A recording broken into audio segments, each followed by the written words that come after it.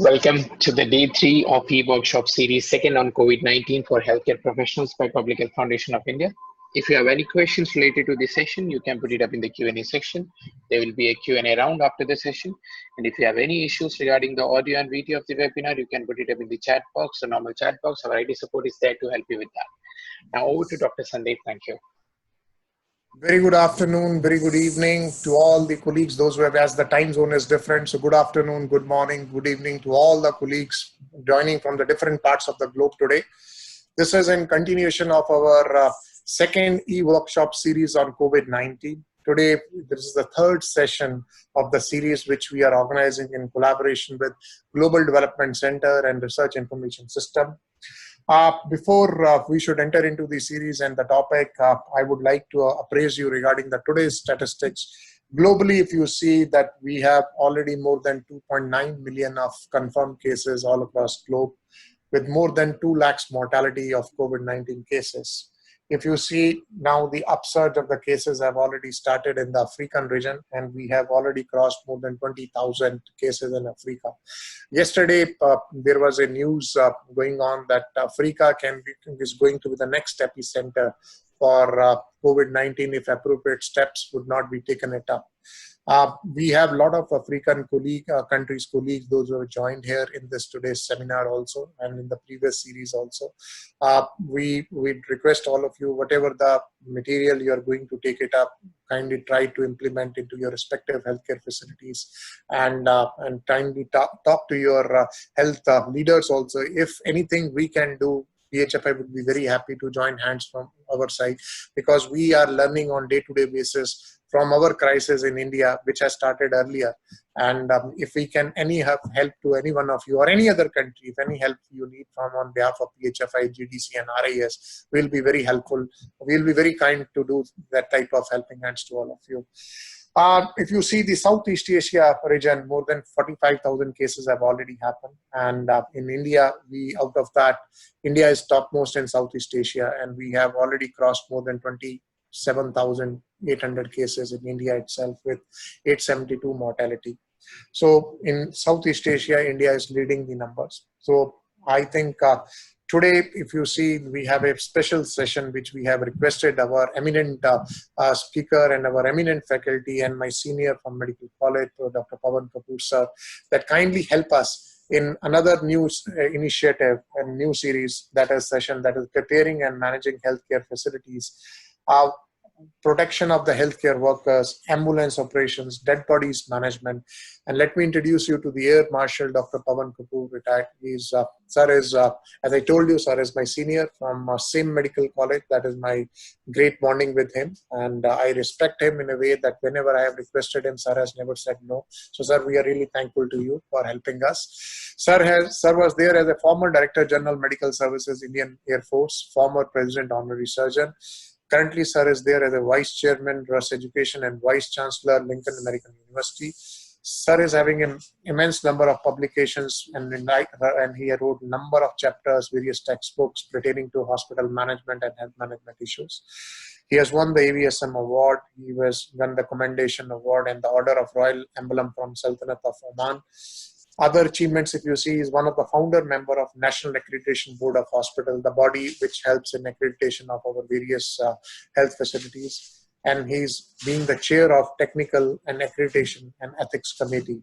I think you're going to hear from the horse's mouth today about this particular topic, and he's one of the best eminent speaker for this particular thing. So before not taking much time, not taking between you and him, I'm going out. Now over to Dr. Pawan Kapoor, sir. Over to you, sir. Thank you, Dr. Sandeep, for your introduction. I will just put my presentation, and then we shall begin. Good afternoon, everybody. Good evening, everybody, wherever you are from. Welcome to this session on protecting healthcare workers, ambulance operations, and dead body management practices. I shall be discussing this entire thing in 3 parts. And the first is the most important part, that is protecting healthcare workers. Then I'll touch upon the second part, that is ambulance operations. And thereafter, the management of the mortal remains of the COVID-19 afflicted individuals. So I must begin by paying my compliments to Public Health Foundation of India, which is doing a human service not So only in sorry to India. disturb you, sir. So sorry to disturb you. Can you just share your screen? I have not shared my screen, is it? No, no, sir. No. Yes, you can do that, sir. You can just share your screen, sir. Let me just see. Yeah. Can you see my screen? No, not now, sir. No.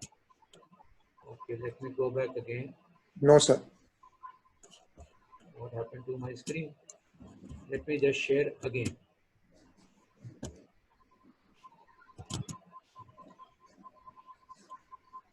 Yes, Yes, sir. sir. Yeah. Come. You Just can come. see it? Yes, sir. Yes, sir. Okay.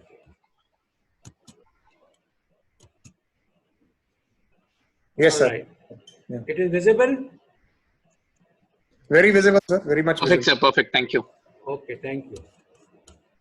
So I'll go ahead by saying that my compliments to uh, Public Health Foundation of India for doing such a human job, not only in our country, but taking this effort beyond the national boundaries, because we all know that such pandemics have no national boundaries.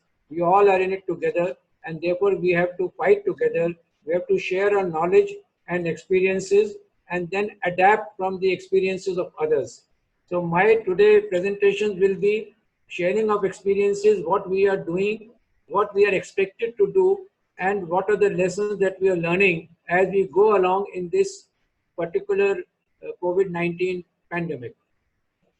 So thank you, Dr. Sandeep and team, for taking such an excellent offer, excellent effort, making such an excellent effort and taking this movement forward. Well, whatever I am using, they have got some connotations because I have shared most of the guidelines which are being issued from the Ministry of Health and Family Welfare in India, the Indian Council of Medical Research, the All India Institute of Medical Sciences, the Consortium of Accredited Healthcare Organizations, then the Professor of Microbiology from Ramaiah Medical College, Dr. Jayalakshmi, Fortis Mohali, who had been kind enough to prepare the video for me, which I am going to share with you.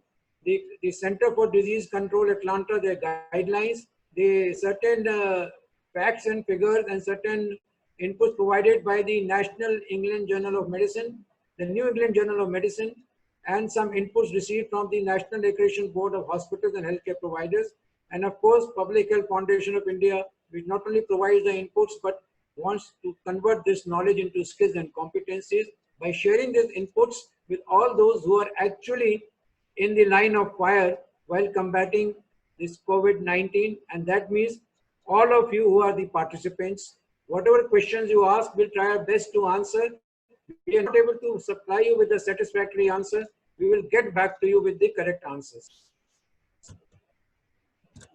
Before I start, as I said, the views are expressed which have been collected from various guidelines. But I've added the color of my experience whenever the same are scientifically feasible and viable. Anyone who is sharing similar views probably has read the same guidelines or may have had the same experiences. There are no conflict of interest. And at the end of the session, we request your honest feedback so that we can improve our delivery and improve the content for the future sharing of knowledge sessions that we conduct at a later point of time. These days, the one worker who are actually warriors, what we call the COVID warriors, who are fighting this virus are the healthcare workers. So it is a bounden duty to protect the protectors. Before that, we must define who that healthcare worker is. People think healthcare workers are doctors, nurses, and some paramedical staff. But healthcare workers go much beyond that. They are those paid and unpaid persons. Why I say unpaid persons? These are those who are the non-governmental organizations, good Samaritans who are coming forward to support our efforts. All those who come and work together in healthcare settings and who have the potential for direct or indirect exposure to patients or the infection material. These are the healthcare workers. Who are such workers? They are doctors, they are nurses, they are technical staff including pharmacists, lab technicians, X-ray technicians, and many other technical staff, EEG technicians, ECG technicians, all these technical staff. Then the housekeeping, the sanitation and the security staff, the administrative staff, the cooks and food handlers, and the laundry personnel working for your disinfection of the laundries. So these are all the examples of the healthcare workers. Also included are voluntary workers who come to lend a helping hand when we need those helping hands. So there may be volunteers who come into the unpaid category. So these are the healthcare workers who presently today are the frontline warriors. They may be your multi-purpose workers who are working to collect data, who are doing active surveillance on your behalf. So there are many other workers who can come and enter into this category of healthcare workers. The bottom line is that they have the potential for direct or indirect exposure to patients or infectious material which can be passed on from the patients. So while these days most of the countries are in different grades of lockdowns, everybody is staying home. Millions of people across the globe, they are staying at home to minimize the transmission of SARS coronavirus 2. But what are healthcare workers doing?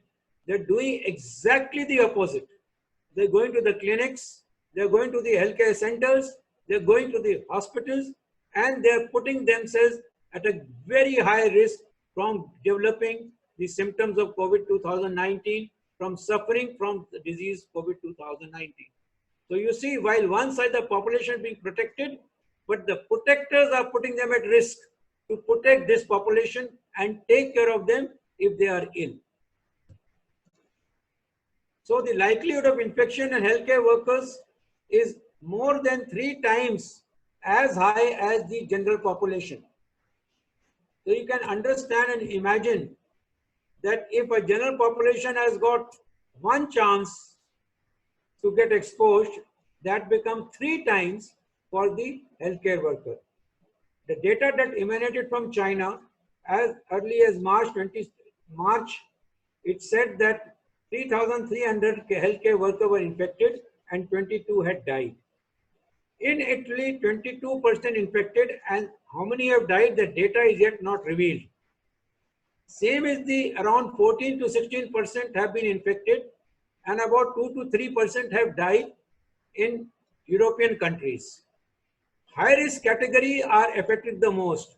Who are these high risk category?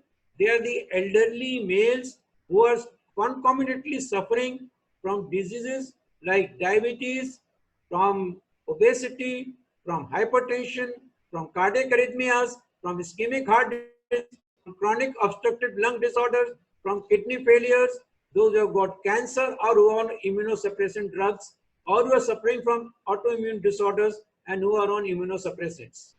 The World Health Organization has stated that almost 22,000 healthcare workers have been infected. But what this they state is only from about 70 to 73 countries where the data is still not being collected in other countries. So what we see is just the tip of the iceberg. We do not know what is the problem that lies beneath. There may be many people who must have been affected, but no data is being collected separately for healthcare workers, nor it has been collated, nor some things are being issued, some guidelines are coming up for protection. But a broad scale, holistic management of this issue is not being addressed. And that is why I am grateful to Public Health Foundation of India for choosing this subject. It is of great relevance today. Why the healthcare workers are suffering? Now you see, healthcare workers, where they are getting overwhelmed by the number of cases, they are getting tormented for trial decisions. Whom to treat, whom not to treat, as it happened in Italy.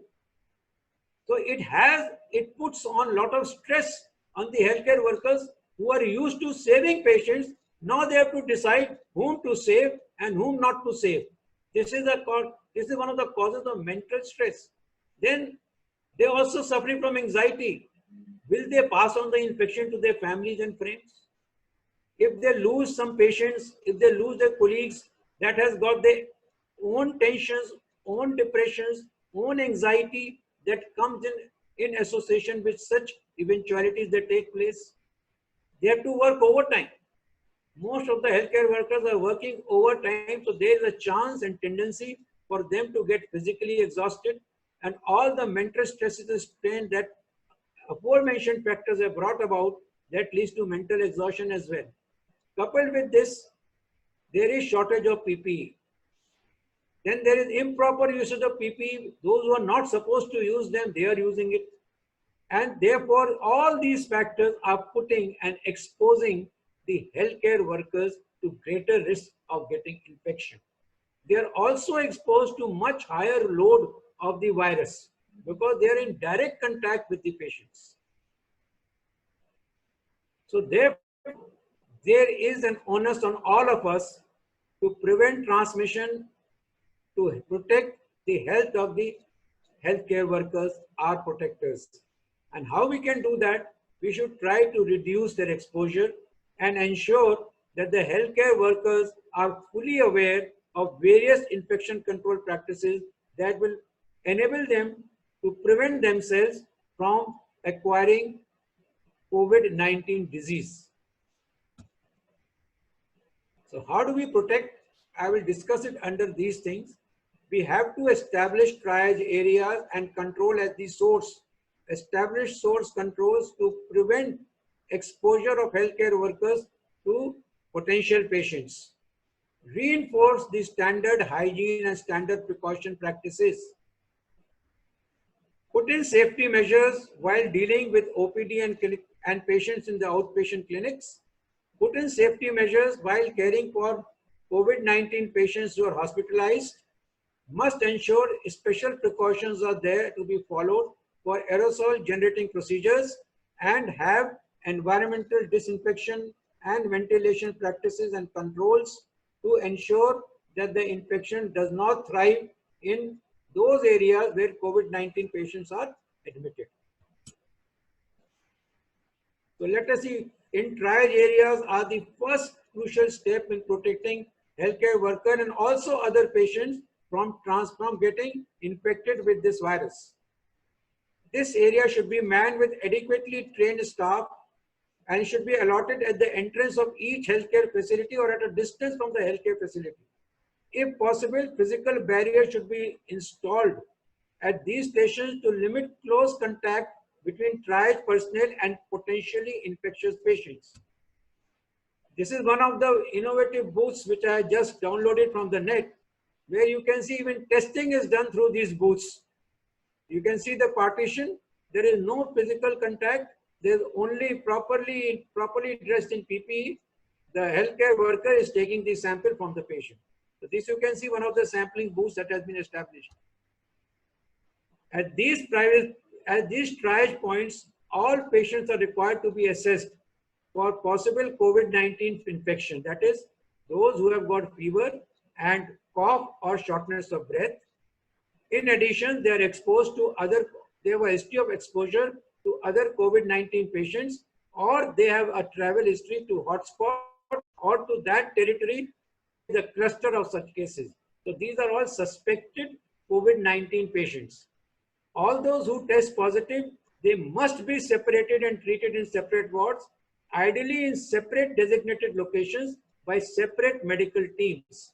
This is to ensure that the exposure to healthcare workers is reduced. Otherwise, all healthcare workers get exposed to these patients, where only some designated healthcare workers can get exposed, and they will know how to use which measure in terms of looking after these patients. In triage areas, patients should be placed at least 2 arms distance or 1 meter distance in a queue. Although 1 meter distance may not be sufficient, because it is now revealed that the virus can travel as a droplet for up to 2 meters. So we have to take a call on this issue, that whether we like to make it 1 meter, but we have shortage of space, but 1 meter is the minimum criteria laid down for patient placement in a queue. All healthcare workers should wear the 3-layered surgical mask, gown, apron and gloves in these triage areas. And examining and treating physicians must wear N95 masks. And housekeeping staff must wear these 3-layered surgical masks and gloves, which should be heavy-duty gloves, while shifting patients and while cleaning that area. The triple layer mask is also to be provided to suspected patients.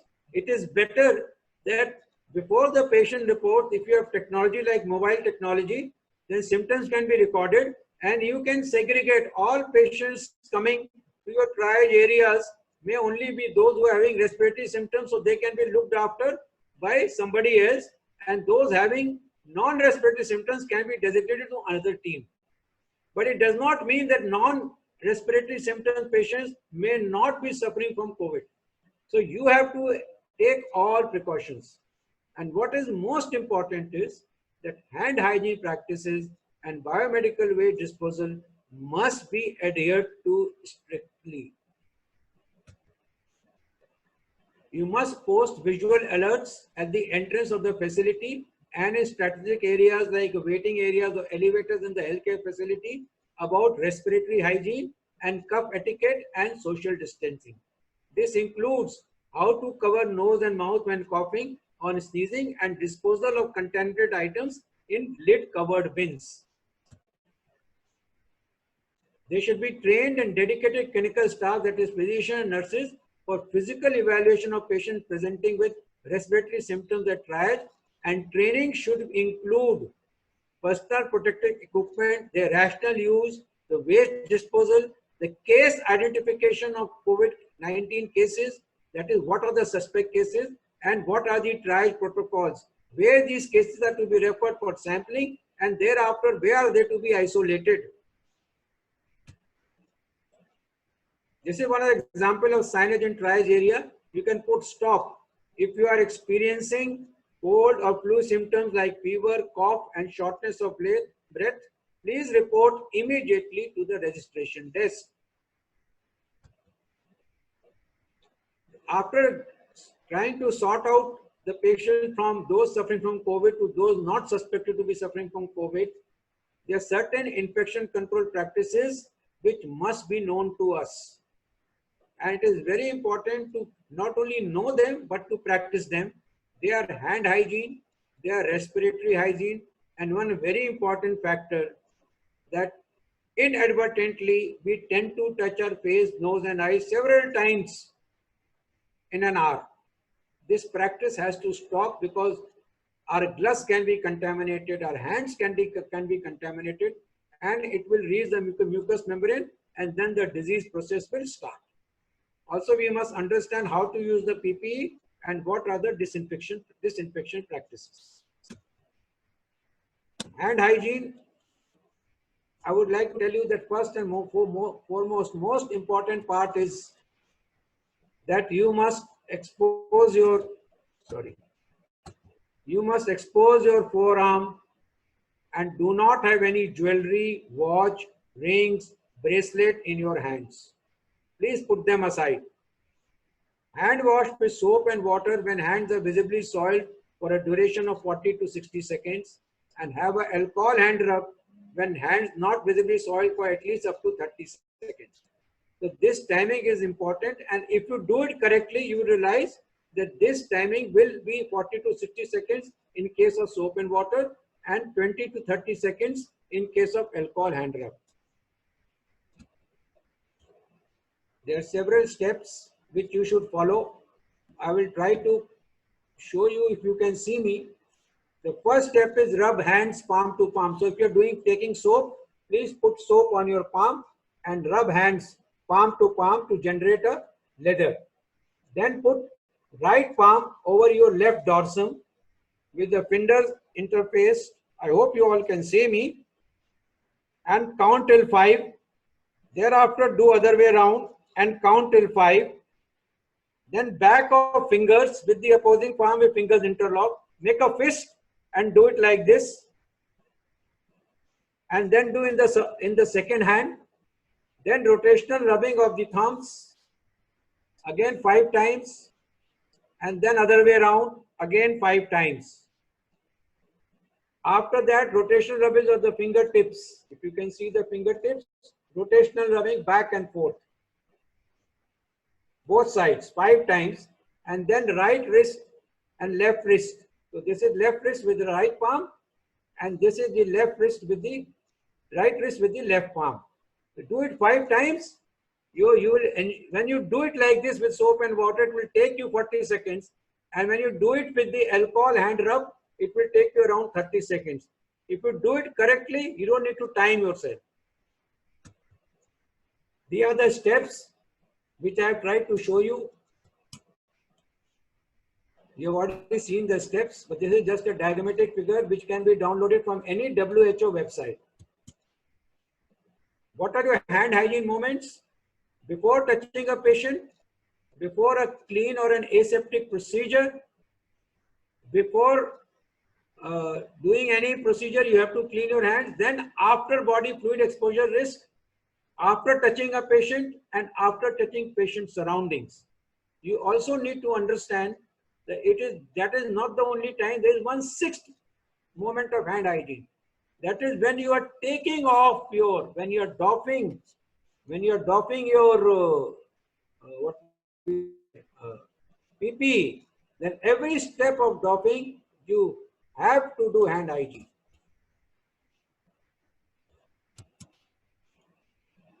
For your respiratory hygiene, you must ensure that we use tissue while coughing and sneezing. Not only us, all your patients who come to see you, they should be educated that while coughing and sneezing, firstly you should come with a mask, even if it is a cloth mask.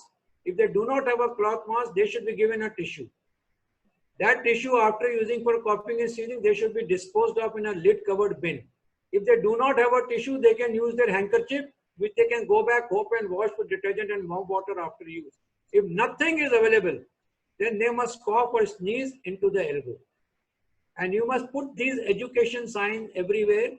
The first thing is they must use a mask, even if it is a cloth mask. Now, what are PPEs? PPEs are nothing but they are specialized clothing or equipment which are worn by an employee for protection against infectious materials. Which are those PPEs? They are gloves, they are gowns. If they are impervious gowns and disposable gowns, they can protect your skin and clothing. If you have got gowns which are to be disinfected subsequently, they are cloth, linen-based gowns for reusing purposes. In those cases, their aprons must be put on over these gowns. These should be plastic aprons. This will protect your skin and clothing. Mask will protect your mouth and nose. The respirators will protect your respiratory tract from airborne infectious agents. The goggles will protect your eyes, and the face shield will protect your face, mouth, nose, and eyes. Of gloves. The nitrile gloves are puncture-proof, on which you can comfortably use your hand hygiene and hand sanitizers. Your latex gives you a good feel. So normally latex and nitrile gloves are the ones which are being used today by all the healthcare workers. When you use gloves, please work from clean to dirty. Limit opportunities for touch contamination. So ensure that you do not touch the environment or anything that is contaminated once you have put on your gloves. Do not touch your face or adjust your PPE with your gloves. The moment you do this, your respirator, your mask, everything gets contaminated. So don't do that, and do not touch any environmental surfaces except as necessary during patient care. Whenever required, please change your gloves if they are torn or when they are heavily soiled. Even when using on the same patient, please change the gloves. And after use on each patient, the gloves must be changed. They should be discarded in an appropriate receptacle, which is nothing but as per your biomedical waste management guidelines.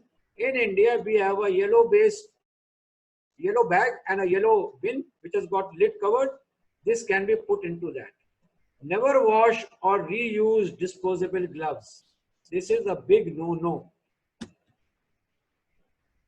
You know how your face can be protected? There are the various ways which I've already said earlier. Both mask, goggles, and face shields, they all can protect your face. But remember, when you put on the face shield, as you see in the photograph here, should cover your forehead, extend below the chin, and wrap around the side of your face. This is how the face shield is required to be used. There are various type of PPEs gloves available. Like I said, in gloves, nitrile, they can be non-sterile, powder-free.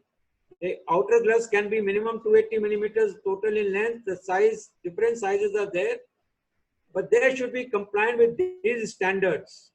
They are the various European, American standards or the ISO standards. They should comply with these standards. So when you procure gloves, ensure they comply with any of these standards. Same thing goes to coverall, medium and large size. They should be impermeable to blood and body fluids. They should be single use. In case it is not possible, you are going to have reused linen cloth, then they have to be put separately and disinfected separately and autoclaved before reuse. But preferably for all COVID-19 patients, please try to put on a single use, impermeable to blood and body fluids. And this is the only way you can protect yourself 100%. Thumb and finger loop should be there in place to anchor the sleeves, and they should be quality compliant with ISO 16603. The goggles, what is important in goggles, they should be fog and scratch resistant, and there should be some indirect venting to reduce the fogging on the goggles. And they should be able to put on a good seal and good fit with your face. N95 masks, they have a shape, it will not collapse easily. They have high filtration efficiency, they have good breathability. Important thing is this, that not only they are quality compliant with all these specifications, but they are supposed to be fit to your face. So you have to adjust your nasal portion, but you see the steel portion there. It has to be closely fitted with that metal portion onto your nose, and then you try to breathe out. If there is no breath escaping from your sides, then it is well fitted N95 mask. The fitness test on this mask must be done before you proceed with to see a patient. The triple layer mask is a non-woven material with nose piece having filter efficiency of 99% for 3 micron particle size A. The BIS specification or equivalent are as given below. The top layer, that there are 2 layers of non-woven, and there's a middle layer which is the melt blown layer. This melt blown layer is the one which prevents which actually is the filter for you. This is made of propylene, and this is the one which prevents the entry of any particles from outside to inside. The shoe cover should be made of the same fabric as the coverall and should cover the entire shoe and reach above the ankles. The face shield, I have already informed you that face shield should also be fog resistant and complete cover the side and length of the face. So now, how to don the PPE? You put on the scrub, what is your hospital uniform? Do hand hygiene, wash your hands, wear your inner gloves, then wear your cap, then wear the shoe covers, then wear the gown, wear the N95 mask, wear the goggles, wear the hood. If required, you can put on an apron. If required, you can put on a face shield, then put on the outer gloves. So you have to have 2 gloves here. Outer gloves are not mentioned, but put on the outer gloves and then check whether you have completed all these steps or not. And when you take it out, you have to first remove the outer gloves, then do hand hygiene, then remove the hood, then do hand hygiene, then remove the goggles, then do hand hygiene, then remove the gown, then you have to do hand hygiene, then remove the shoe cover, do the hand hygiene, remove the gloves, then do the hand hygiene, remove the cap, do the hand hygiene, remove the N95 mask, do the hand hygiene, and finally wash your hand with soap and water. So your doffing is complete. This has all these items are to be disposed in your yellow colored bags with colored bins based upon your biomedical waste management practices. I'll just show you a video here.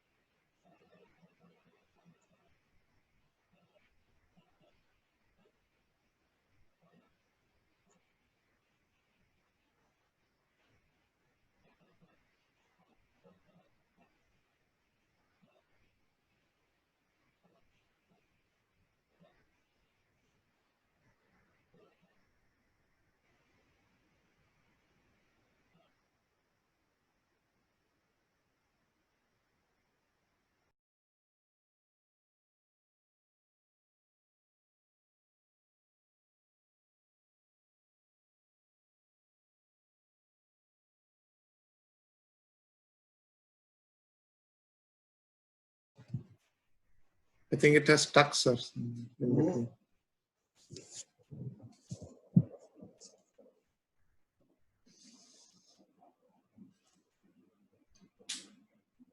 So video is not moving.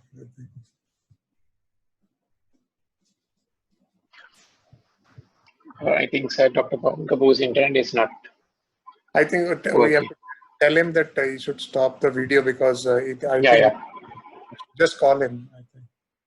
sure.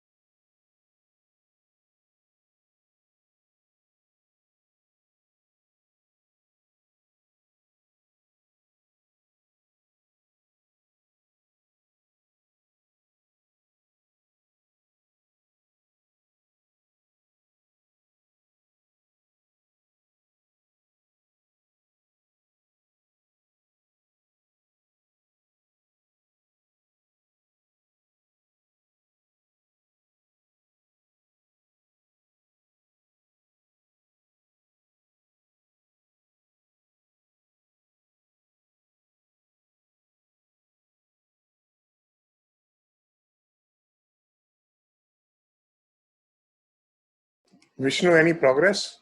So he's not picking up the call. I'm calling him again. Because it is. I think there is some internet issue. And yes, there was internet issues. We have to Yeah, tell I'm him. calling him. Yeah. Yeah.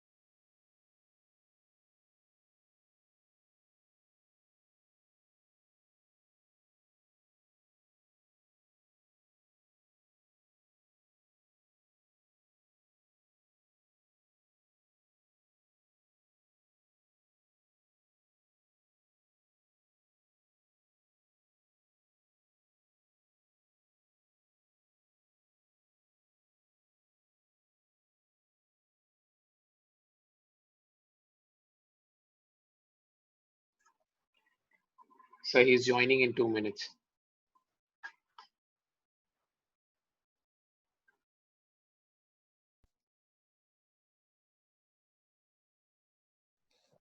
Sorry, there is some internet issue which has happened. So we are checking with the respective faculty. So I think there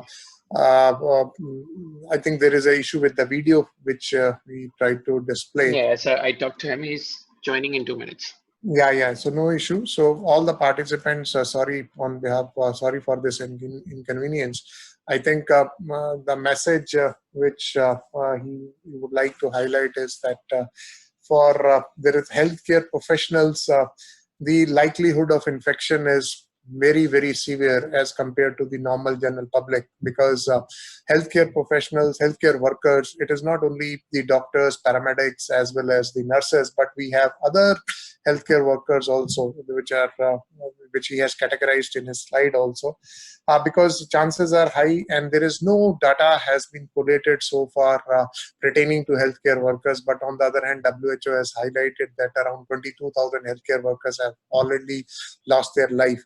So I think this is so we as a healthcare professionals are.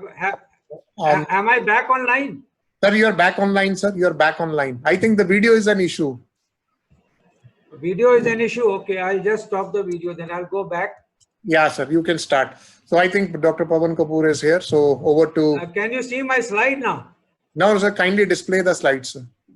Okay, let me just go back again. So a lot of challenges we as an healthcare workers are facing on day-to-day basis. As on the other hand, there is hardly any data which is saying that healthcare workers, so many healthcare workers have been they have lost their lives because of this COVID crisis issue, because there is no data collection procedure so far pertaining to healthcare workers. On the other hand, WHO has highlighted around 22,000 healthcare workers have already lost their lives because of the challenge which they are facing as a frontline workers, and chances of being infection is 3 times higher. Sir, our slides are not there. Can you display? Still not there. Yeah, still not there, sir. I think I have to share it again. No issue, sir. You can take that. I'll just close it and share it again. No issue, sir.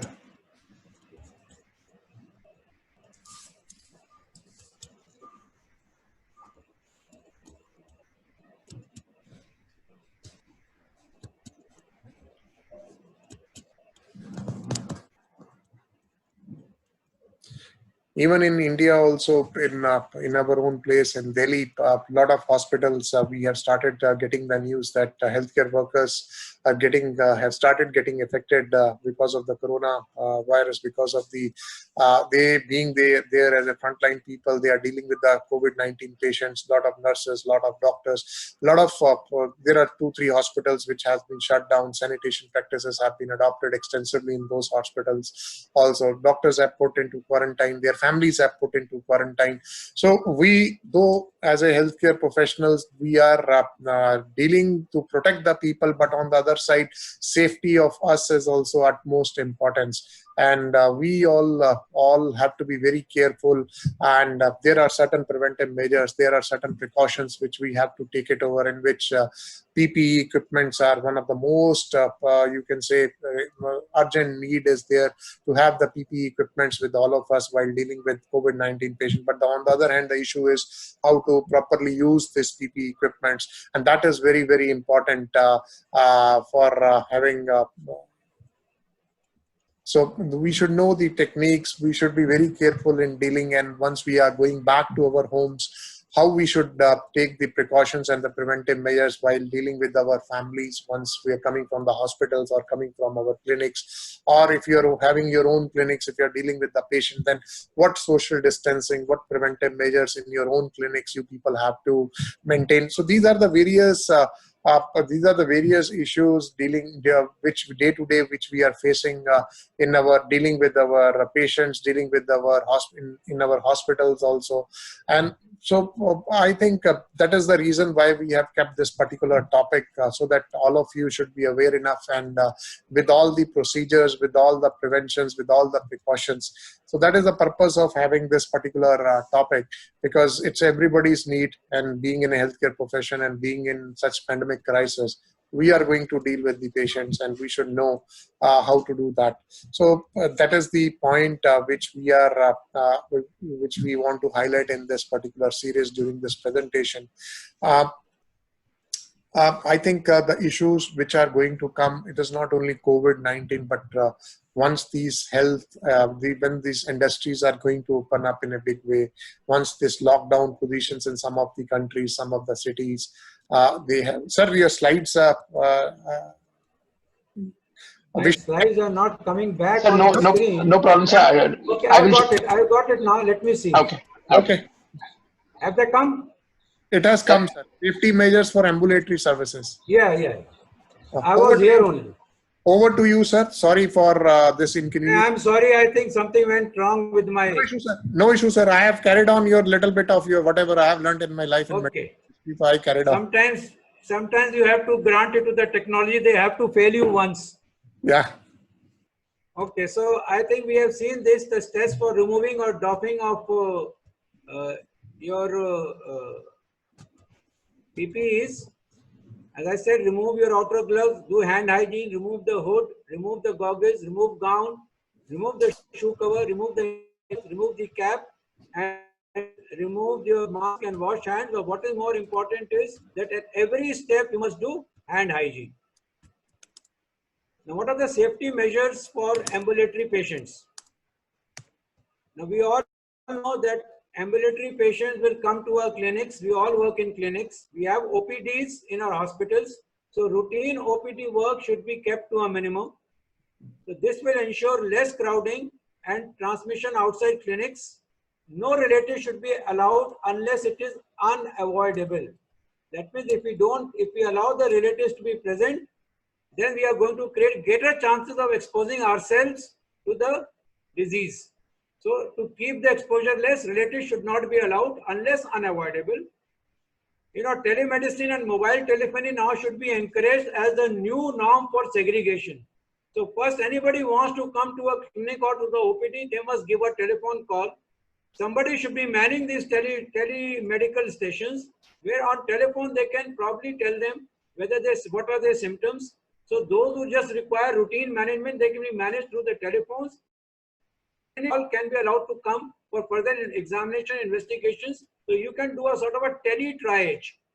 So this will avoid exposure.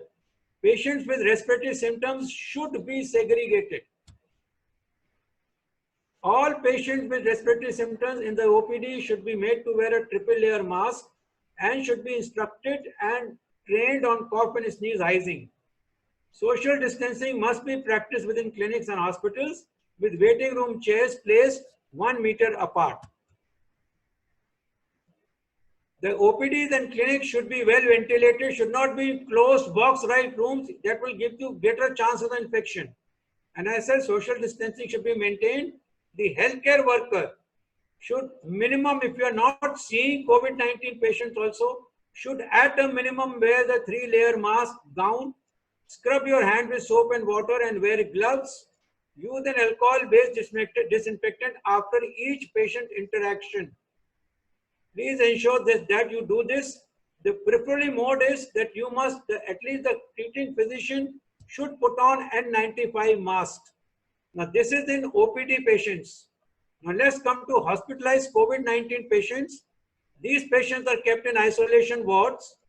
Now in these isolation wards, before you enter, these isolation wards should be a single or cohorted isolation rooms with negative pressure ventilation and 12 air changes per hour. And not every facility can have this.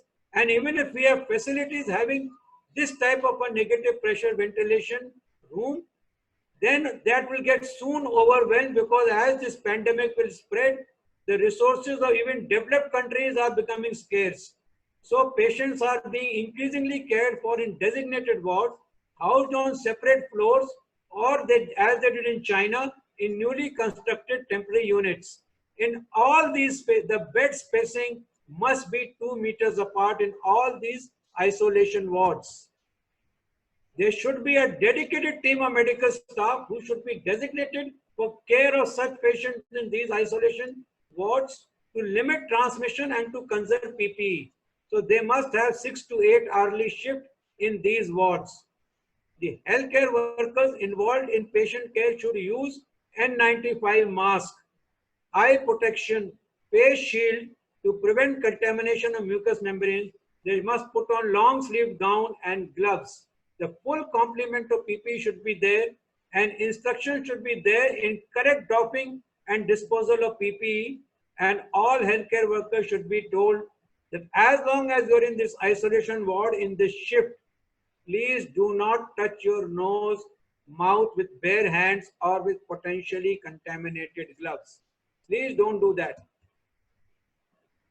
There should be dedicated equipment for all the caring of these patients with thermometers, sphygmomanometers, stethoscope.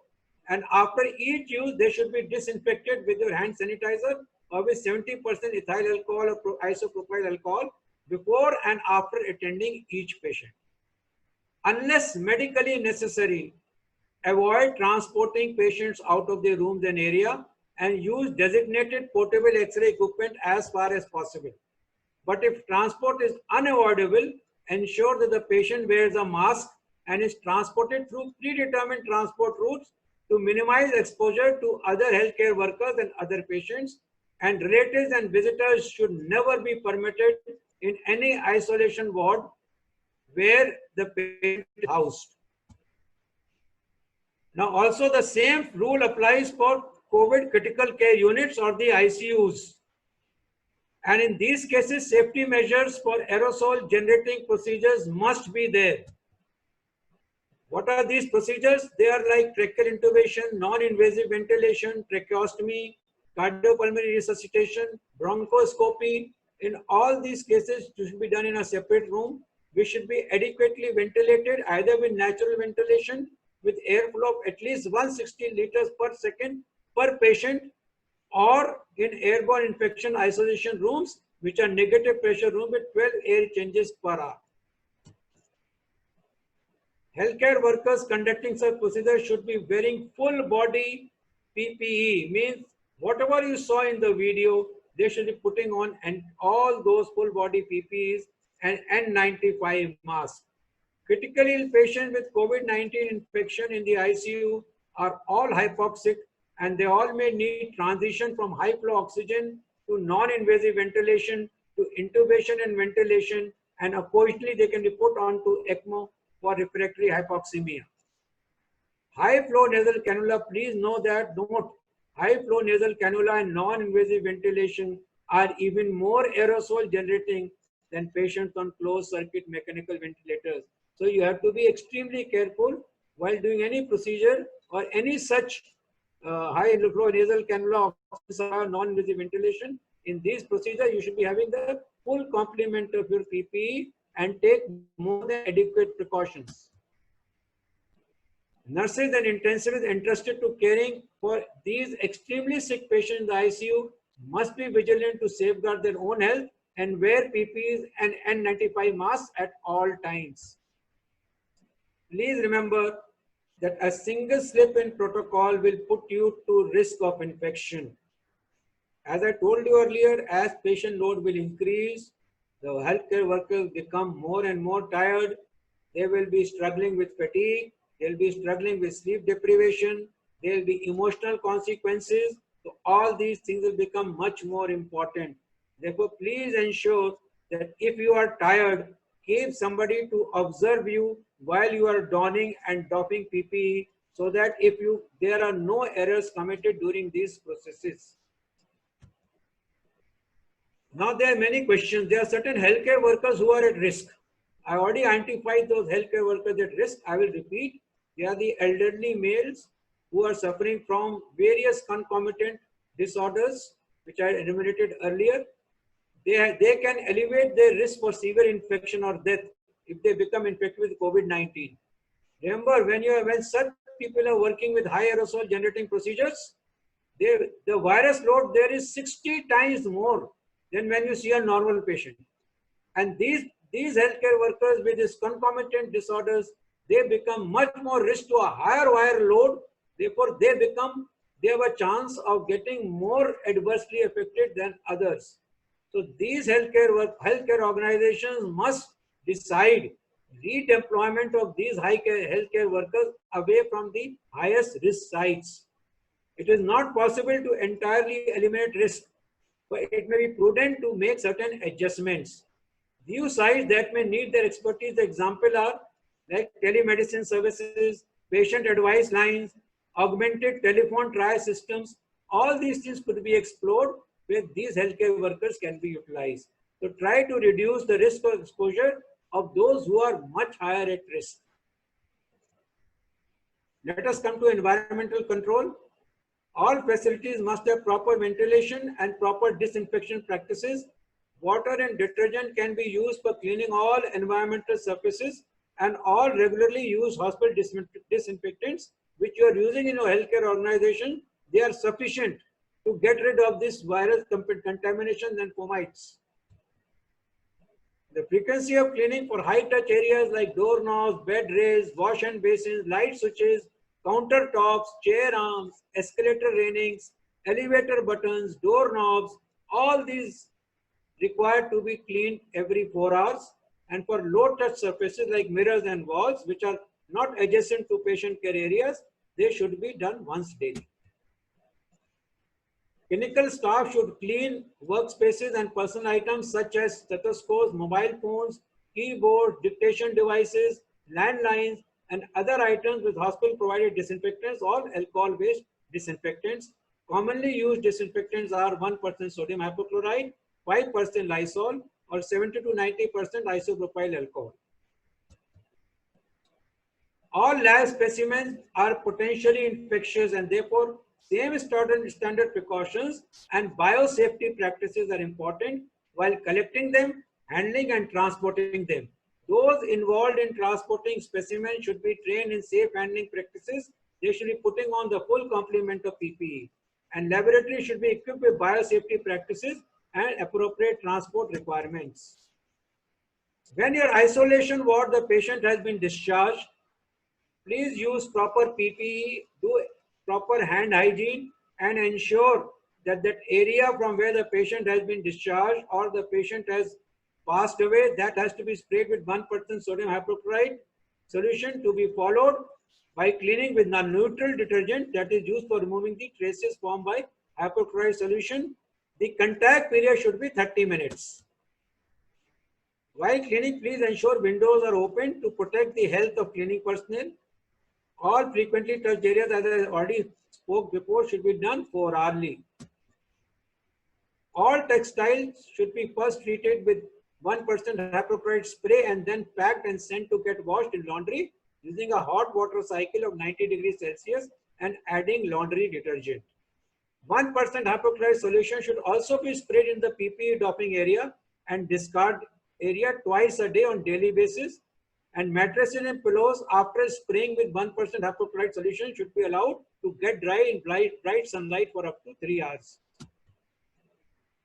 For medical equipment disinfection, avoid sharing of medical equipment. If unavoidable, clean and disinfect between patients. For metallic equipment, use 70% alcohol. For non-metallic, use 1% sodium hypochlorite. And for certain other equipment, you can use as per the manufacturer's guidelines. Biomedical waste management should be as per what is given to you in your guidelines in your respective countries.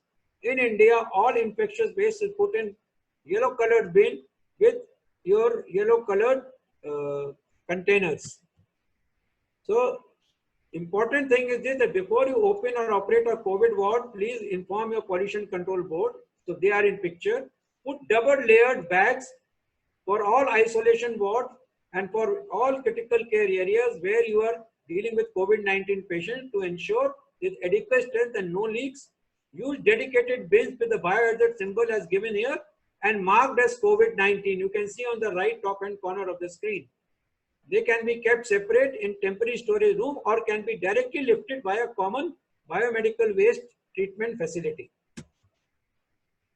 Maintain separate record. Use dedicated trolleys and bins labeled with COVID-19 in isolation wards. And these trolleys and bins, their inner and outer surface should be disinfected with 1% sodium hypochlorite solution. That is the end of part 1. In part 2, we'll come to ambulance operations during COVID-19. Ideally, there should be separate ambulances earmarked for transporting of COVID suspect patients or those who have developed complications. So according to the need, there should be BLS or ALS based ambulances.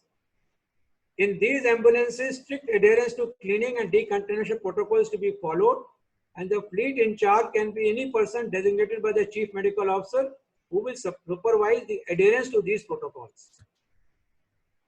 The prerequisites are that Centralized ambulance services that are used for transporting pregnant ladies, infants, as well as some other non-COVID related emergencies, they should not be used for transportation of COVID-19 suspect or confirmed patients. And all the ambulance staff working here, that is the emergency medical technicians, etc., they should be trained in recognizing COVID-19 suspect cases. So they should be told that all those having fever, all those having at least one respiratory symptom, and all those who have given a history of contact to foreign travel or coming from a territory of suspected or cluster of cases, or having a contact with a COVID-19 patient, these are all suspected cases. They should be aware of all the infection control practices that we just discussed, and they should be trained on use of PPE. Both the EMT and driver of ambulance will wear PPE while handling, managing, and transporting the COVID identified or suspect patients. This use of PPE will also be ensured by the health personnel at the receiving health facility where the ambulance transports them.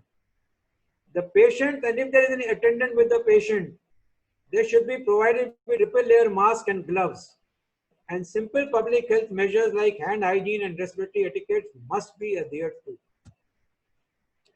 At the call center, on receiving the call center needs to inquire about the demographic details. You have to ascertain whether the patient is a suspect case of COVID-19 and what is the clinical condition of the patient, whether the patient is stable or is critical, because you will know which type of ambulance to be dispatched.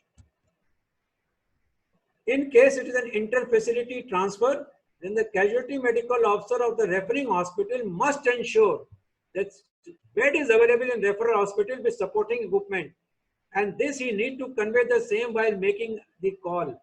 Otherwise, the patient will land up in the hospital with no mechanism in that hospital to take care of the patient. So both call center and ambulances should always keep the updated list of available hospitals and beds. The role of EMT on receipt of the call is to seek details to confirm whether the patient is actually a suspect case of COVID-19 or not. He should wear the appropriate PPE, assess the condition of the patient, allow only one caregiver to accompany the patient while using the prescribed PPE. This is the rational use of PPE. If you are transporting patients not on any assisted ventilation, the risk is moderate. You have to put on your gown and N95 mask and gloves. If you are managing your severe acute respiratory infection patient while transporting, then the risk is high. So full complement of PPE, right from the N95 mask, gowns, double layer gloves, your hood, your face shield, everything should be there. Because aerosol generating procedures may be anticipated en route. And while driving the ambulance, the risk is low. So a triple layer mask with gloves will suffice for the driver. Role of EMT on receipt of call, he must ensure availability and provision of adequate triple layer mask and gloves for patient and or attendant, and contact the identified health facility for facility preparedness and readiness. During transportation, required to measure the vitals. If required, give supplementary oxygen therapy at 5 liters per minute and titrate flow rates to reach target SpO2 of greater than 90%. If a patient is being transported on ventilator to a higher center, then ventilator management protocols which are separate, they should be provided. In case the EMT is trained very good, or there should be a doctor who is well versed in ventilator management who should accompany such patients. Now, when the patient reaches the hospital, the EMT will hand over the patient along with the details of medical intervention that have been performed during the transportation. All the personal protective equipment will be taken off after the handover is complete, as per the protocol laid down, which you have already seen, and will be followed by hand hygiene. All the biomedical waste generated will be disposed of in the biohazard bag. Inside of that bag would be sprayed with sodium hypochlorite 1%, and after tying the exterior, exterior will also be sprayed with the same. It will then be disposed of at the destination hospital. This shall be followed again by the hand washing procedure. Now let us come to the disinfection of the ambulance. This has taken to a separate area for disinfection. The external surfaces had to be washed, and all surfaces that may have come in contact with the patient or materials that are contaminated during patient care, like the stretcher, the rails, the control panels, the floor, walls, and work surfaces, all these should be thoroughly cleaned and disinfected using 1% sodium hypochlorite solution. All the reusable patient care equipment before use on other patients should be disinfected with alcohol-based rub. All surface equipment should be done morning and evening. They should be cleaned, and after every use with soap, detergent, and water. The procedure for ambulance disinfection is to be performed every time a suspect confirmed case is transported in the ambulance. While performing this procedure, gloves and N95 masks are recommended for the sanitary staff who are responsible for cleaning this ambulance. You have to use damp wipe for all horizontal, vertical, and contact surfaces with a cotton cloth which is saturated with 1% sodium hypochlorite solution. The surfaces that include are all stretcher, bed rails, infusion pumps, IV poles, hanging IV poles, monitor cables, telephone, countertop, sharps container. All these have to be cleaned. And spot clean walls when visually soiled should be cleaned with disinfectant, followed by detergent. And all windows and glasses can be cleaned by detergent and glass cleaners. The contact time should be required with sodium hypochlorite is 30 minutes. After that, allow it to air dry. The damp wall floor should comprise be disinfected with 1% sodium hypochlorite solution. This should be discarded in disposable items and infectious waste in a biohazard bag. Along with the infectious waste, the interior is sprayed with 1% sodium hypochlorite. The bag is tied and exterior also decontaminated with 1% sodium hypochlorite and should be given to the hospital to dispose of according to their policy. The cotton mask should be changed after every cleaning cycle. Do not reuse the same cotton mop and do not place cleaning cloth back into the disinfectant solution. Remove the gloves and wash your hands. There is a checklist, various equipment that is required. You can see stretcher, non-invasive BP monitor, pulse oximeter, ventilator with oxygen source, defibrillator, syringe infusion pump, ambu bag, laryngoscopes, emergency drug tray, your police catheter, your IV cannula, nebulizer, whatever you want based upon whether you're giving a basic life support, advanced life support, you must have a checklist which should be checked for its availability and functionality before it is dispatched. Now we come to the most sensitive part, disposal of the mortal remains of COVID-19 casualties. The main driver of transmission of COVID-19 is through droplets. Therefore, it is unlikely to have an increased risk of COVID-19 infection from a dead body to health workers or family members who follow, please note, who follow standard precautions while handling the body. Only the lungs of dead COVID patients, if handled during an autopsy, can be infectious. So while handling the dead bodies of COVID-19 in isolation or critical care units or from whichever location, you must do proper hand hygiene, put on your full complement of PPE, all tubes, drains and catheters on the dead body should be removed. Any puncture holes or wounds resulting from removal of catheter, drains, tubes or otherwise should be disinfected with 1% hypochlorite and dressed with impermeable material. Or you have to plug all the oral nasal orifices of the dead body to prevent leakage of body fluids. If the family of the patient wants to view the body at the time of removal from isolation room or the critical care area, they can be allowed to do so with the application of standard precautions. After that, the dead body is placed in leak-proof plastic bag. The exterior of the body bag is to be decontaminated with 1% hypochlorite solution, and the body bag can be wrapped with a mortuary sheet or sheet provided by the family member, just as a matter of respect and showing sensitivity to the family. These are the criteria for body bags. They have to be impermeable, leak-proof, air-sealed, double-sealed, disposable, opaque. They should have a U shape with zip with 4 to 6 grips. And this is the size laid down, and these are the ISO standards which should be fulfilled by the body bags. The body will be either handed over to the relatives or taken to the mortuary.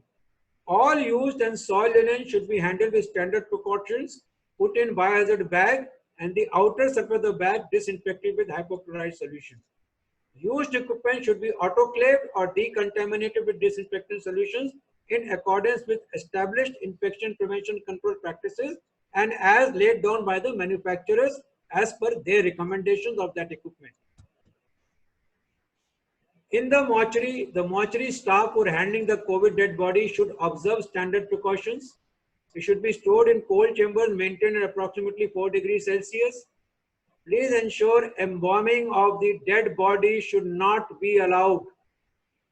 Embalming is not permitted. Autopsy should be avoided as far as possible. If required, then proper full complement of PPE along with all equipment and infection control and disinfection practices should be followed. When you transport the dead bodies, they should be transported in a secured in a body bag, exterior of which is decontaminated so that it poses no additional risk to the staff transporting the dead body. The personnel handling the body should follow standard precautions. The vehicle, which is in this case, you can use a triple layer mask. Only those who are handling the dead body and who are not going to open it.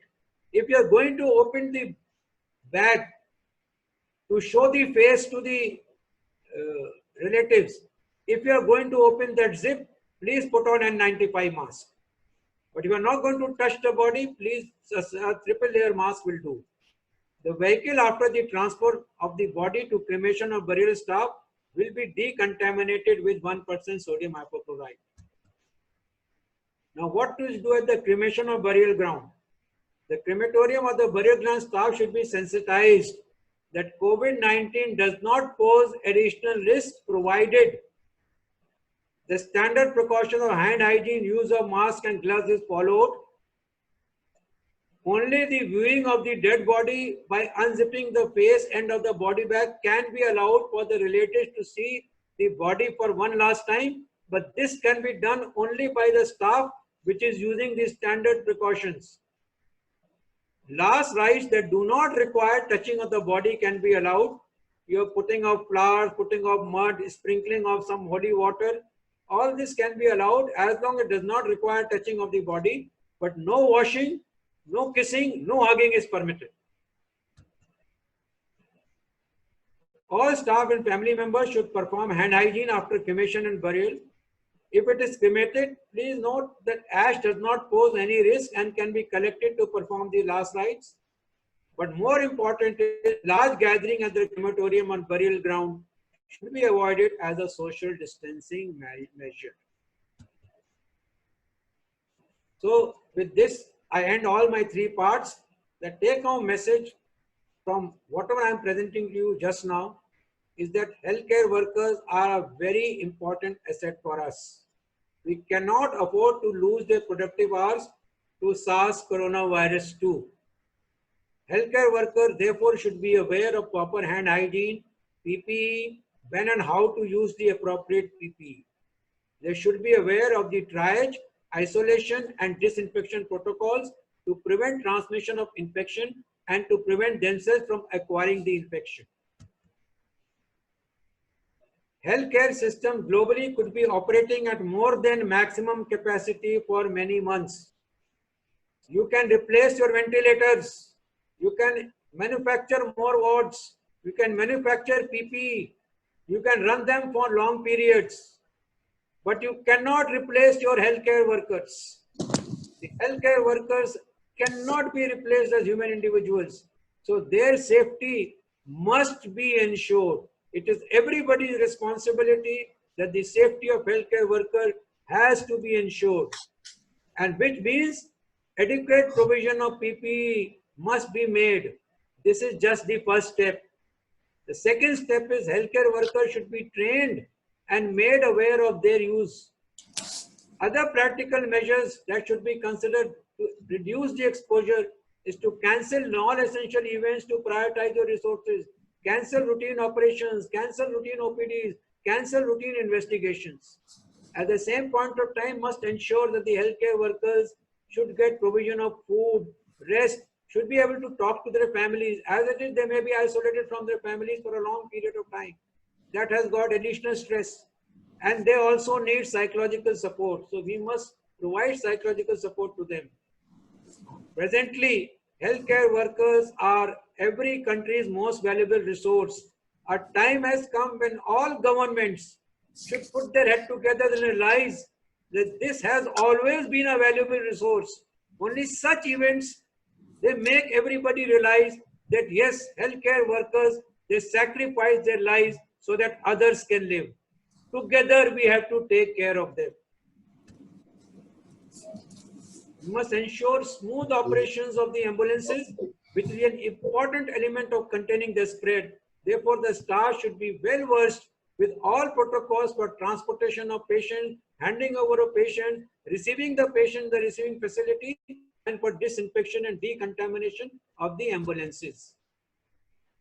Dealing with the mortal remains of patients is a very, very sensitive issue.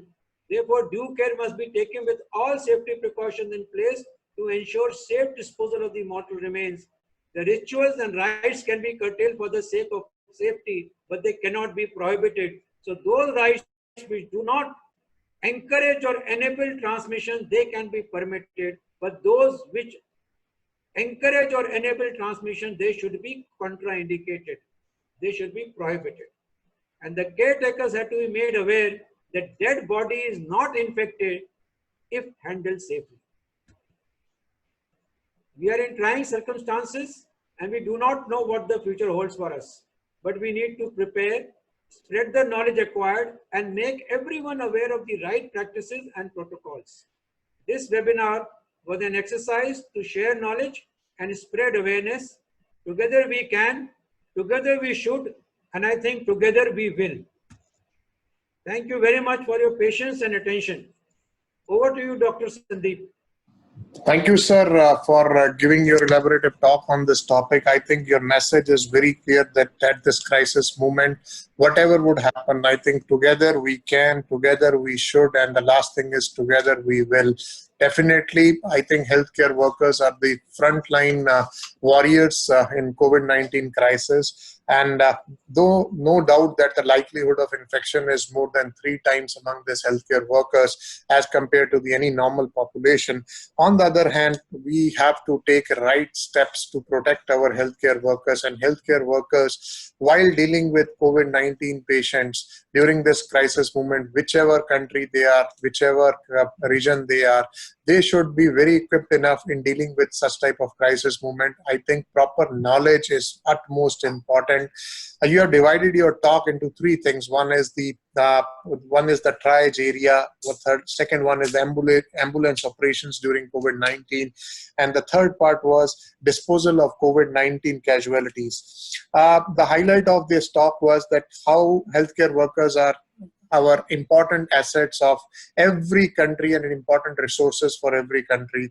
They should be aware of all these things: triad, isolation, disinfection, and they should apply all the necessary protocols while dealing with these patients, because we cannot afford to lose their productive hours. We cannot afford to lose them. They are important asset for us, and adequate provision of PPE is just the first step, and they should be trained enough in dealing with how to wear these PPE equipments, in which hand hygiene is utmost important thing. With this, I will end from my side. I think there may be a lot of questions and queries, sir. I would request you, if questions and queries are there, if you can help us to appraise the respective participants from different parts of the country, it would be a great help from our side. Thank you, sir. Thank you, Dr. Sandeep. Thank you very much. There are some questions. I would like to answer them. Yeah. The first question is from Dr. Nyan Lin. Which technique should we use for N95 decontamination and reuse, sir? Very good question, a very, very practical question. Because N95 masks have become a scarce commodity, and we also know that more orders are being placed for N95 masks, and we are landing up with N95 masks that are not up to the desired standards. So the question is very pertinent in this connection. Now please ensure that do not use any solution to decontaminate your N95 mask, because any solution you use to decontaminate, it will actually interfere with the filtering mechanism. So do not use any decontamination, but use your N95 mask carefully. There are various ways. Firstly, you can have an extended use of N95 mask for a period of time, which you can use to 6 to 8 hours. Secondly, each healthcare worker who is working in isolation wards or whose job is to perform aerosol generating procedures, they all should be put on 6 to 8 hours duty. They should be given 4 sets of masks. Each, along with the mask, they should be given 4 paper bags. When they use the first mask after use can be put in that paper bag and kept aside, the paper bag number 1. Then label the paper bag number 2, use the second mask. After use, put it in that paper bag number 2. Then use the third mask, then use the fourth mask. And after that, start with the first mask all over again. So what happens? You have made the mask dry. What is important? The N95 mask should be kept dry. So by the time you start reusing the N95 mask, you come back to the first day again. So you can do this 5 times each. Each mask can be used 5 times by rotation like this. It will make you use the 4 set of masks for 20 days. After that, they all have to be disposed of, and you have to be supplied with other set of 4 masks. This is the best technique to reuse your N95 mask. This technique has also been approved by CDC Atlanta. Now, although it is not correct to reuse, but you have to ensure that before you reuse these masks in such a manner that you have not used your contaminated hands and gloves to readjust your mask. And if you are using with a face shield on, this life gets extended. Thirdly, if you start feeling suffocated in the third use or the second use, then please don't reuse it, because that means it's not functioning appropriately. So these are the guidelines which are laid down. We should use these guidelines. Try not to use any chemical disinfectant to decontaminate the N95 mask, because it may interfere with the filtration mechanism. Next question is from Dr. Pani Kumar. Are we currently promoting any drugs to healthcare workers as prophylactic measures? Very good question. I think I should have addressed it in my presentation. Yes, in India, we are saying chloroquine derivatives like hydroxychloroquine can be used as prophylaxis, but under strict monitoring after taking the history of any cardiac ailment, any history of metabolic disorders. After that, we take a baseline ECG and then put them on hydroxychloroquine in the dose of 800 milligram on day 1, that is 400 milligram base tablet, 2 tablets on day 1, followed by every week 1 tablet of 400 milligram for a total duration of 7 weeks. This is the currently utilized prophylactic measure. There are other studies which are some are saying that you should take vitamin D3. Some studies say you should take zinc. But at present in India, we are using hydroxychloroquine in the dosages that I described to you just now as a prophylactic measure for our healthcare workers who are exposed to higher risk, who are going to work in the COVID-19 wards, or who are going to work in COVID-19 ICU, or who are going to perform aerosol generating procedures. Sir, we use chlorine solution for disinfection. Is it recommended to use sodium hypochlorite in place of chlorine solution? Well, the chlorine solution is also very good as a disinfecting agent. If you cannot prepare 1% sodium hypochlorite solution, the chlorine solution or a home bleach also can be used for disinfection. But the ideal thing is to use 1% sodium hypochlorite solution. Dr. Kapoor, this is Dr. Salina. I would like to have some more information on telephone triage, please. Okay. This is also important. Telephone triage means that this should be a coordinated affair where the patients are required to inform the clinic about their ailment, and somebody should be manning that telephone full time. Somebody should be available. for that on that mobile number on the telephone system, wherein the symptoms of the patient are recorded, and then it should preferably be a doctor or a trial-trained nurse, so that the patient is informed whether he needs to visit the hospital or it's just a routine program problem that he's having, which can be sorted out, because patient may come for routine headaches, patient may come for some routine pains.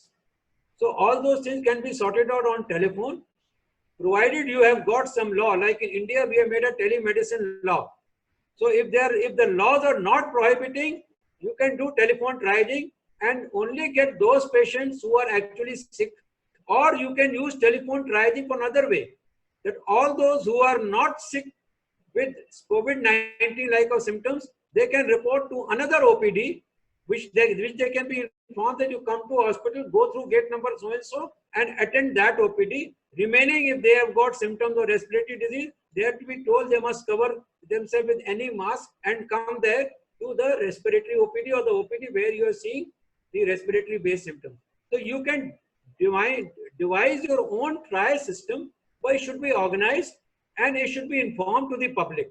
That is very important to create awareness in the public to use a telephone trial system.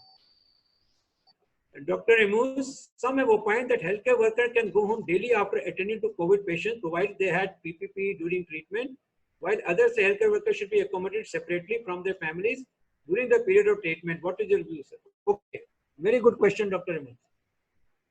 Please remember that if you are directly exposed to COVID-19 patient, the chances of your getting infected are high.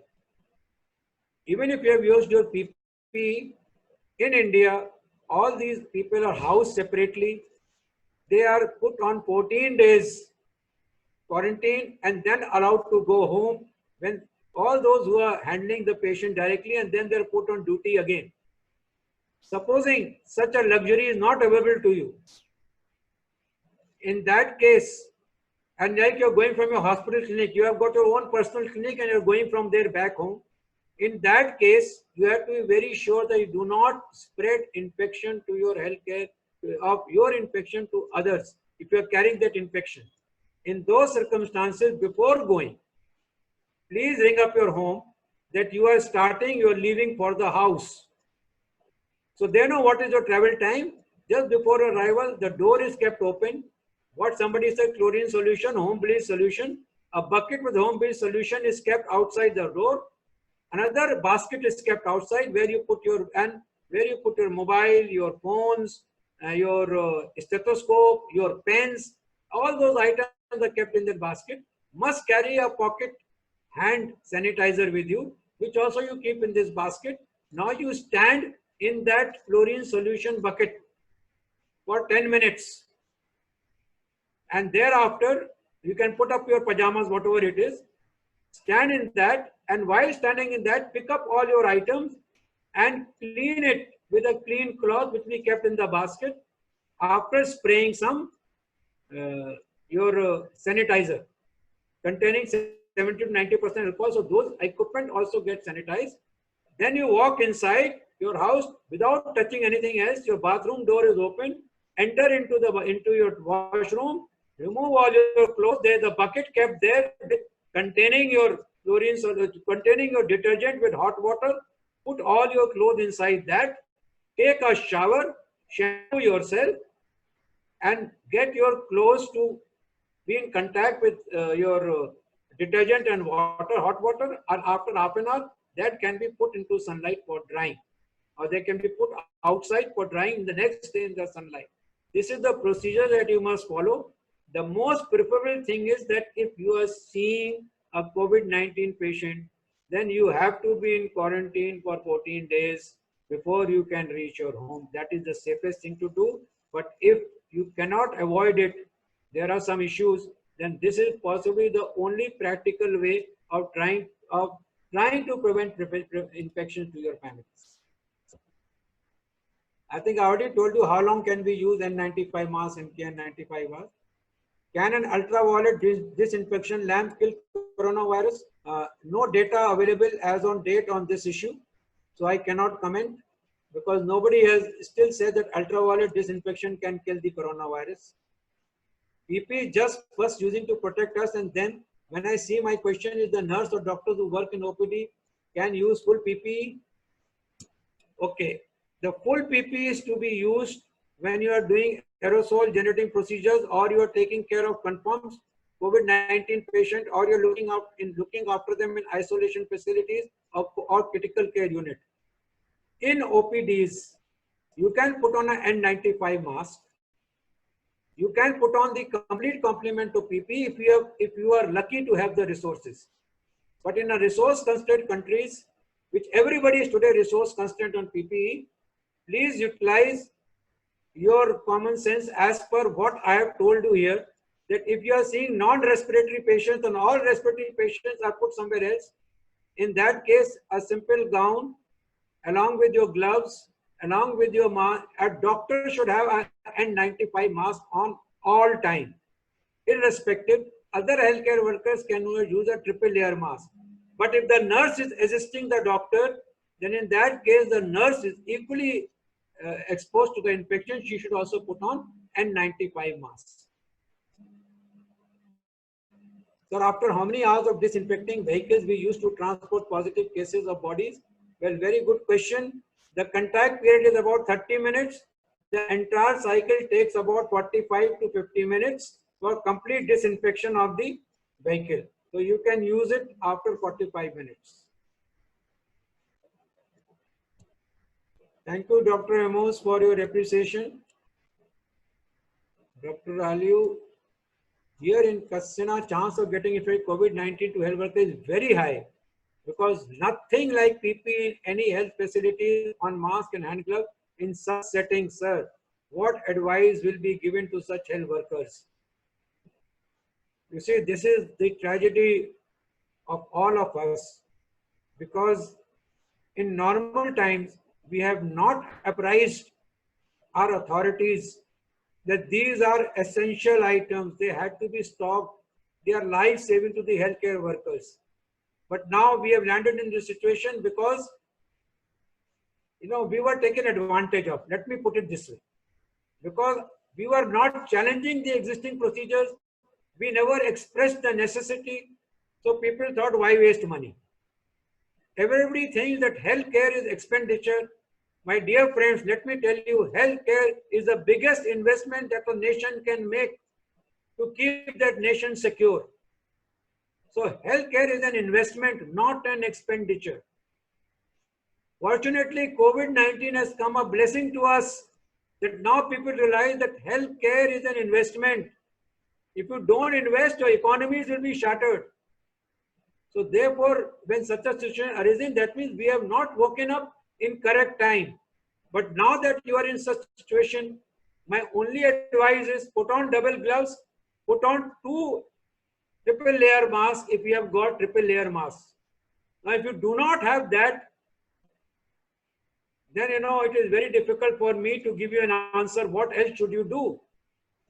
Because the only protection you have got is either a triple layer mask and a gown and a glove. But if you do not have a triple layer mask, unfortunately, I am sorry to tell you, a cloth mask will not be able to protect you from infections. And such is the resource constraint.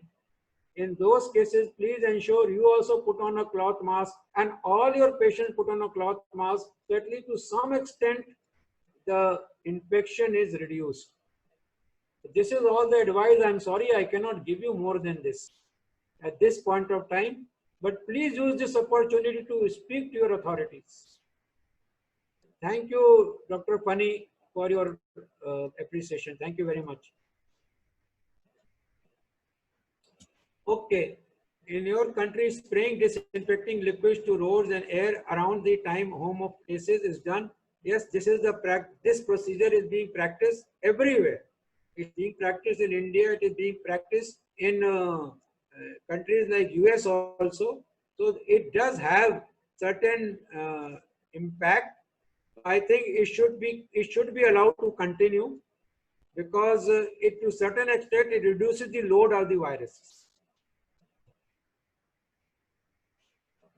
Which drug therapy has proven until now for COVID-19? Well, I hope I could answer this question to your satisfaction. At present, there are varying drugs that are being used in different parts of the world. Many of the drugs, starting from ostelomivir, that is your earlier erstwhile Tamiflu, which was used for swine flu, they are being used. Your lopinavir, ritonavir, then your remdesivir. These are the latest drugs which are being used for COVID-19, various combinations depending upon the seriousness of the patient, because the cure cannot be worse than the remedy, than the ailment. So therefore, these are all under experimental stages. However, there is some encouragement with remdesivir, as well as and some work is going on, as well as with plasma therapy of all those who have recovered. Their plasmas have been reported to be used successfully for treating some serious cases. We have had 2 case studies in India which have reported good encouraging results.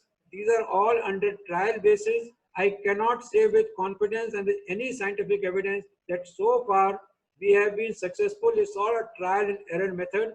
At present, we are making them survive with basic supportive therapy and using these as last minute resorts and hoping for some encouraging results. Okay, if I am conducting a ward round on inpatients, this is Dr. Polkame Irwal. If I am conducting a ward round on inpatients with various different disorders, do I need to wear N95 mask and apron? Let me tell you, if you are going to visit your wards, inpatient, which is not a COVID ward, which is not an isolation ward, which are routine patients of your specialty, and which are segregated away from other patients, and your hospital is a non-COVID hospital, under those circumstances, you can put on a triple layer mask. But if you are just a part of a hospital where you have got separate isolation room, where the patients can travel from one location to another location or can be transported through common corridors or common lifts, in those circumstances, when you do your ward round and not sure that your other patients are infected, please put on your N95 mask if it is available and your apron, because that is the safest thing that you can do to yourself and to everybody else in and around you. I think I have finished my, or there are some more. Let me just check. No, sir, that's it. Thank you. Okay, I think that anything in the chat box? Yeah.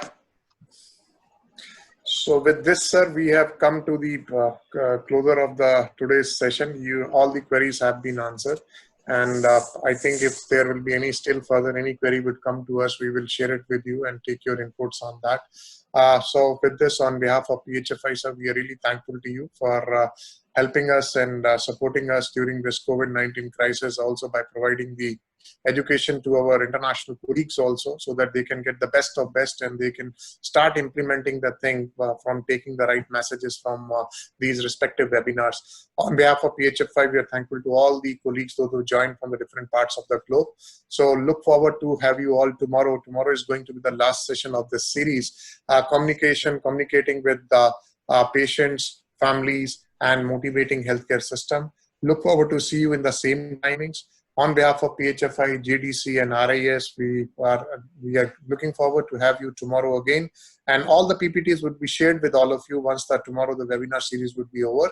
The next day, the PPTs would be shared to all the colleagues. With this, all the best. Take care. Stay safe wherever you are, and try to act as a frontline fighters instead of acting as only a spectator. All the best. Take care. Thank you. Thank you very much. Thank you. Thank you.